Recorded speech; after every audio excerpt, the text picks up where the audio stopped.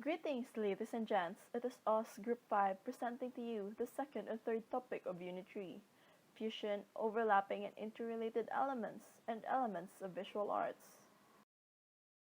First off, let's begin with the fusion, overlapping, and interrelated elements. Fusion art is an artistic movement meant to be a catalyst to bring cultures together. This is about connecting things together.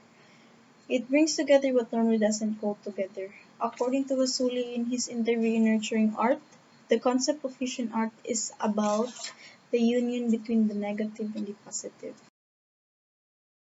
This is also the fusion of mysticism and European painting technology. When we say mysticism, this is the sense of some form of contact with the divine transcendent, often understood in Christian tradition as involving union with God. This was also this was initially used in 1984 by master fusion artist Freydon Rasooli and was advocating the universal language of peace, unity, beauty, freedom, healing, and above all the power of love.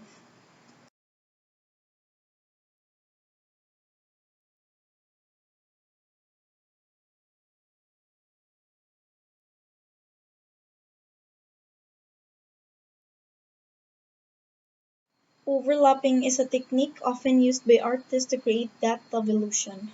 This occurs when objects that are closer to the viewer prevent the view of the objects that are behind. This is an example of art that is using overlapping technique. So when we say one object overlaps another, it simply means that object 1 covers part of object 2, just like this apple which is covering some parts of the apple behind it and is somehow also covering the plate. This often happens when an object is closer or in front of another one. This is also used by artists to make it look real. So this is another example of art that is using an overlapping technique. Just by looking at the picture, you can tell that the green and yellow bottle is in the front of the blue and the red bottle. This is because of the overlapping technique. This technique can help you see the detail of the object in an artwork. And now, the interrelated elements. We have here the graffiti art, digital art, performance art, and poetry performance. Graffiti art is a form of visual communication, usually illegal, involving the unauthorized markings of public walls or other surfaces by an individual or group. Artisans might use paint, spray paint, pen, chalk, or other mediums to paint, scribble, or scratch their artwork on various surfaces. Aside from expression of art, graffiti's other purposes are identifying or claiming territory, memorializing dead gang members, and challenging rival gangs. In ancient times, graffiti has already been popular, especially in ancient Egypt and ancient Greece.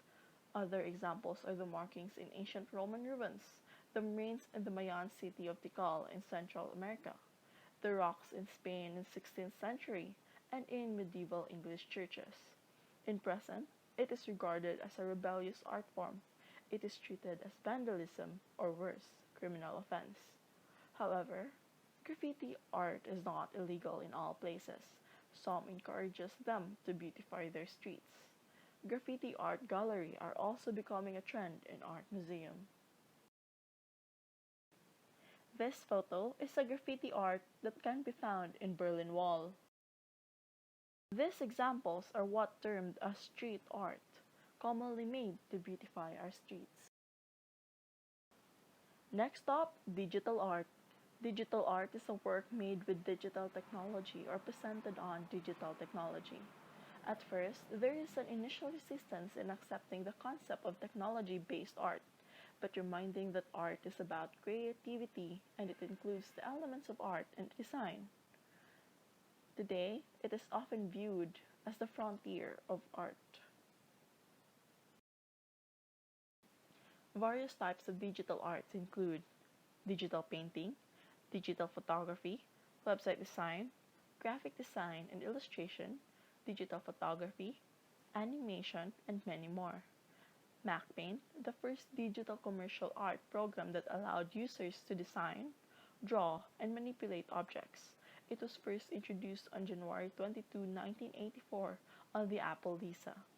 Today, there are many digital programs existed, namely Adobe Photoshop, Affinity Designer, Procreate, Snapseed, Rebel Tree, and many more. Shown in these examples are digital drawings. Found at the left side is an example of animated drawing, and on the right side, we have a 3D or realistic drawing. Digital art is not only limited to digitally drawing and designing everything. This photo, for example, is an example of digital photography, whereas a photo is digitally enhanced after taking the photo. Hello everyone, my name is Benuel Esmeralda, and I'm going to tackle about performance art and poetry performance. First up, performance art. The term performance art got its starts in the 1960s in the United States. It was originally used to describe any live artistic event that includes poets, musicians, filmmakers, and etc. A time-based art form that typically features a live presentation to the audience. Okay. In 1970s, performance art was a global term and its definition is specific. Performance, which means to present a play, and art, which means to be creative. In other words, presenting a play in a creative way. Performance art meant that it was live and it was art, not theater. Now, performance art is a type of art that is created in front or presented to an audience, while a theater is a building where plays, shows, etc. are performed on a stage, just like a movie set, or it's like in front of stage, but without an audience. Okay. Performance art in 1980s has increasingly incorporated technological media into pieces. Watching a performance art anywhere outside of the stage by recording in a cassette, films, live televisions, and many more.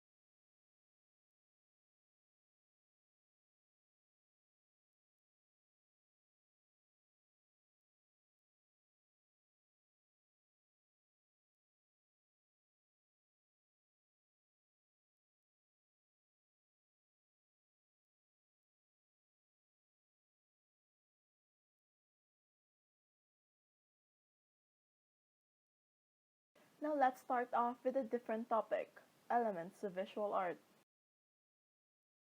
So we have here your lines, shape, tone, color, pattern, texture, and forms. Line is the first and most versatile of the visual elements in art. It is the foundation of all drawing, because a drawing cannot be formed without lines, right?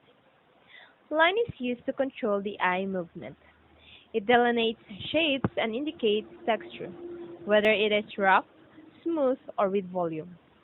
As shown in the artwork of Leonardo da Vinci, a study for an equestrian monument 1488, he uses the two characteristics of lines and also the different types of movements or directions of lines, which will be discussed later on.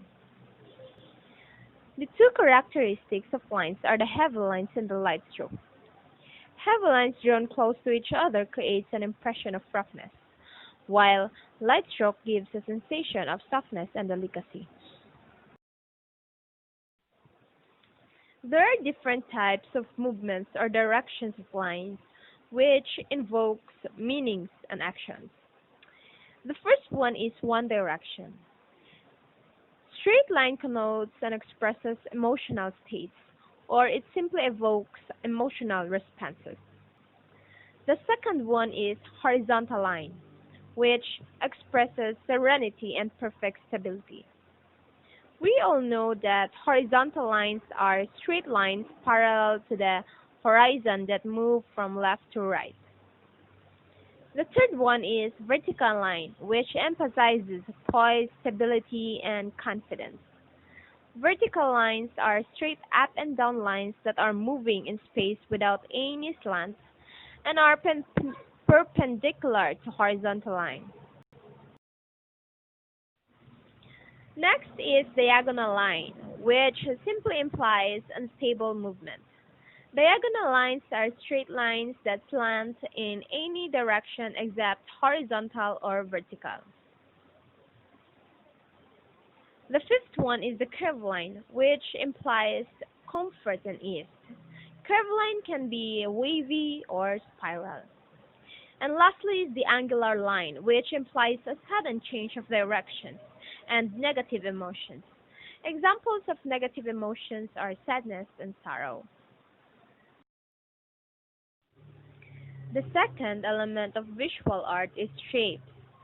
Shapes is used in art to control your feeling about the mood and composition of an artwork. The angles and curves of shapes appear to change depending on our viewpoint. Thus, the technique we use to describe this change is called perspective drawing. The visual element of shape can be classified as representational, geometrical, abstract, and lastly, organic shapes. In the artwork of Francis Campbell Cadell, The Bluefin, 1922, it uses accurate representational shapes and also it abstracts and develops color as a major theme of the work. Representational shapes. Representational shapes attempts to reproduce what we see to a greater or lesser degree. Representational art is the blanket term we use to describe any artwork whose shapes are drawn with some degree of visual accuracy. The example presented here is the artwork of Harman Slinwick, Still Life, an allegory of the vanities of human life, 1640. Still Life, an allegory of the vanities of human life, is the pinnacle of representational art. It is painted with a remarkably realistic technique, but it is more than just an example of skilled craftsmanship. As what you can see, each object has a unique symbolic meaning that works together to create a moral narrative within the group. Next is the abstract shapes, which pertains to forms or shapes drawn out the essence of the original object and make it the subject of his work. In the artwork of Paul Cézanne, Still Life with a peach and two green pears, he tilts the perspective of the plane towards the picture plane. This has the effect of flattening the composition and emphasizing the abstract outline of its shapes. Geometrical shapes is originally formed mechanically using a ruler or compass. However, today, even the most complex geometric forms can be easily created using digital imaging software. In art, geometrical shapes tend to be used to convey the idea of rigidity, structure, pattern, perspective, and three-dimensional form. In the artwork of Alheld, an American artist, which is SE 1979, as what you can see, the way he composes the painting by cropping the activity at the edge suggests that this is but a detail of our infinite chaos and complicity. Nevertheless, Held's images are not unsettling. In fact, they are actually quite beautiful and inviting. Lastly is the organic shapes, which are usually natural, irregular, and freeform in character. It can convey a sense of formation and development, and suggest qualities such as softness, sensuality, flexibility, and fluidity. In the artwork of Graham Sutherland, which is the pastoral, as you can see, the scene is set in a walled garden with a cast of organic forms. There are two ancient trees, one is a hollowed out trunk and the other is a bent and twisted bough, commune in the choreographed language of abstract forms. The clouds add a sympathetic background, while the garden wall acts like a geometric counterpoint to this organic drama. Color is the element we use to create the mood or atmosphere of an artwork. It also has the strongest effect on our emotion. Example of this is the artwork of Wassily Kandinsky entitled Autumn Landscape with Boats in 1908. There are many different approaches to the use of color in art, and here's some of the examples. The first example is the artwork of Giacomo Balla, which entitled Street Lines 1909. It is a poetic impression that represents the physical properties of light. The next artwork uses the color as pattern by Juan Cris, which entitled Violin and Checkboard in 1913. Juan Cris assigned different colors to particular shapes, which creates an asymmetrical pattern of forms arranged around the white cloth at the center of the paintings. This pattern of colors leads the viewer's eyes in a clockwise motion around the picture. Color distributed as a regular pattern is often used as unifying element in the composition of artwork. And the third one uses color as form by André Derain, which entitled Portrait of Matisse in 1905. André Derain demonstrates how the intensity of Fauvis's color can be used to replace the traditional technique of rendering form with light and shade. Another approach is color as tone. Lake Lucerne by Emile Nolde, as given example, is a classic example of an expressionist painting technique.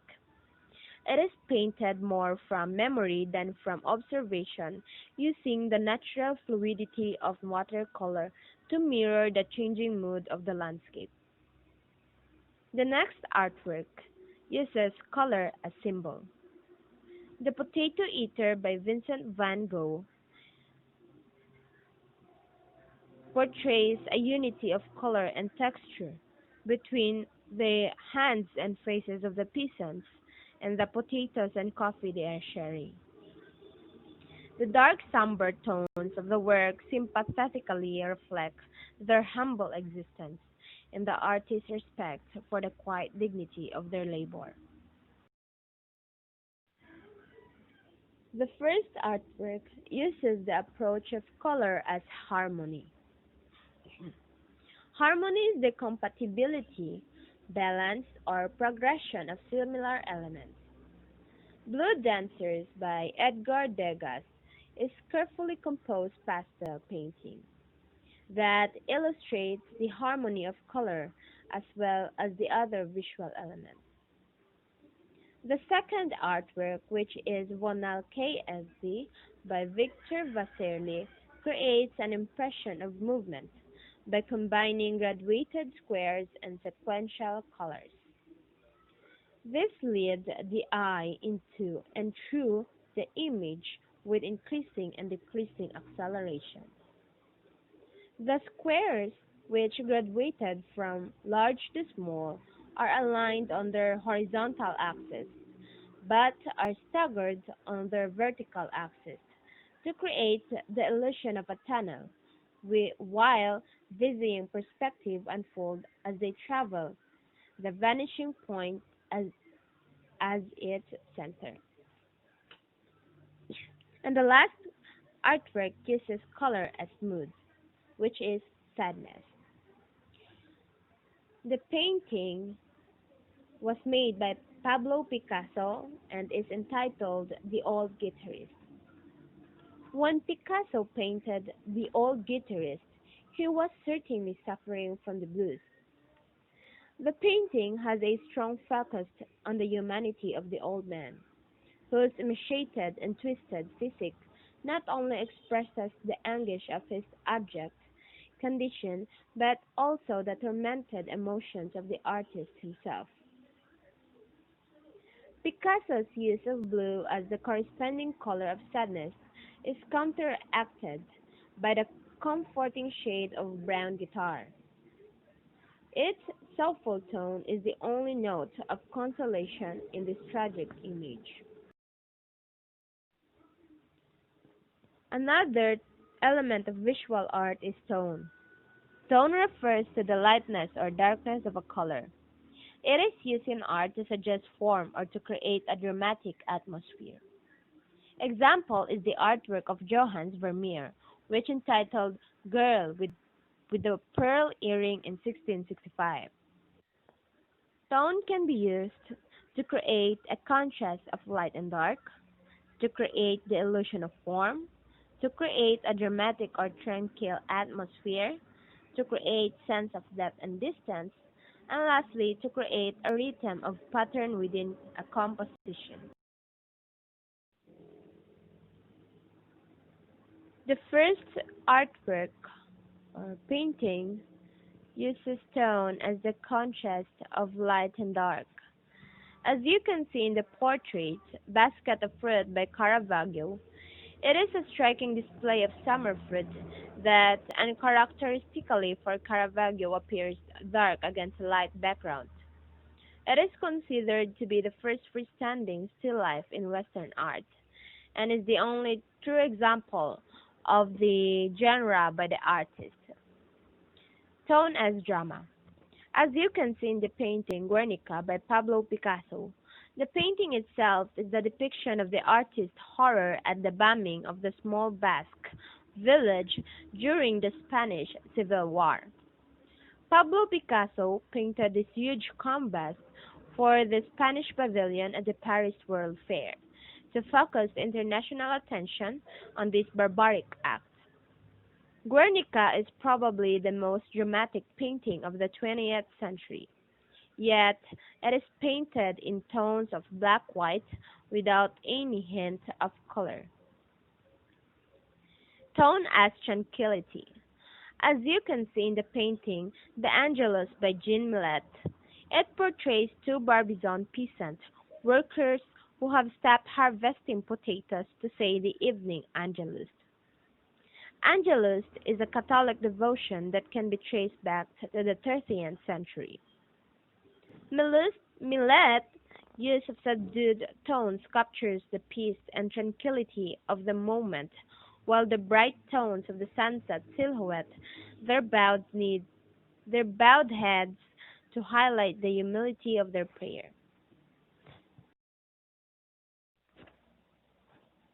As you can see, the first painting, Old Man, age 93, by Albrecht Dürer, use tone as form. Durer built up his dark tones in several layers of cross-heightened brushstrokes. Graduating their shades form the natural blanks of the ink, through three or four paler concentrations to the mid-tone of the prime background. The highlights were hatched and stippled in white to complete the wrinkled form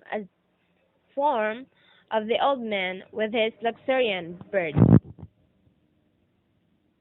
And the last painting, Canyons by Charles Schiller, used tone as depth and distance. Canyons is a cubist influenced cityscape of transparent and opaque silhouettes derived from building facades, windows, and rooftops. Schiller colored these shapes using a graduated scale of tones to create an atmospheric impression of aerial depth and distance. The title of the painting is a poetic metaphor, linking the urban landscape of streets and skyscrapers in modern America to the geological landscape of rivers and ravines in the American wilderness. The fifth element of visual art is pattern.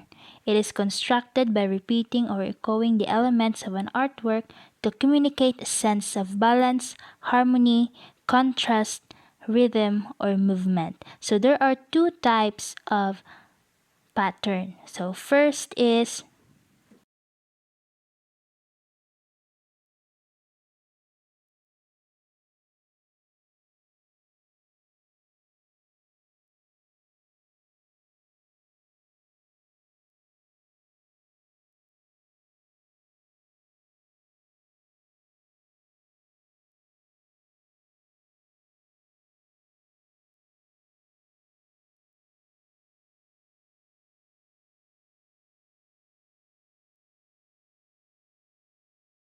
natural pattern.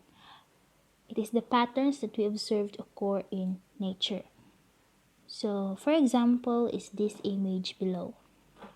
There are repeating shapes and a pattern of contrast, the black and white, that represents the day and night.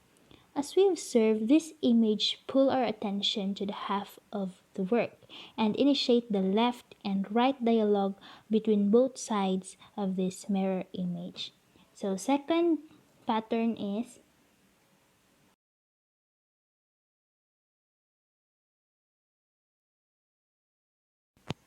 man-made pattern. It is a pattern in art used for both structural and decorative purposes.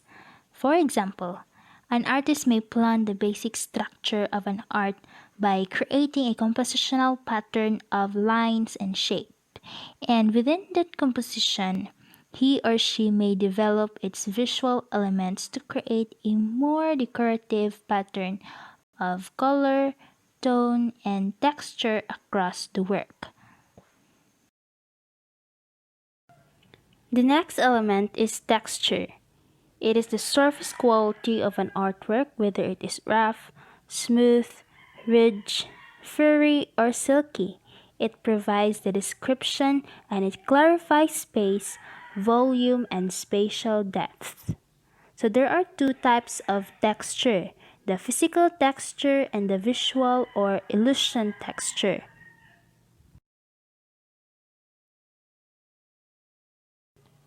Physical texture are three-dimensional. It is the texture that can be physically touched and felt.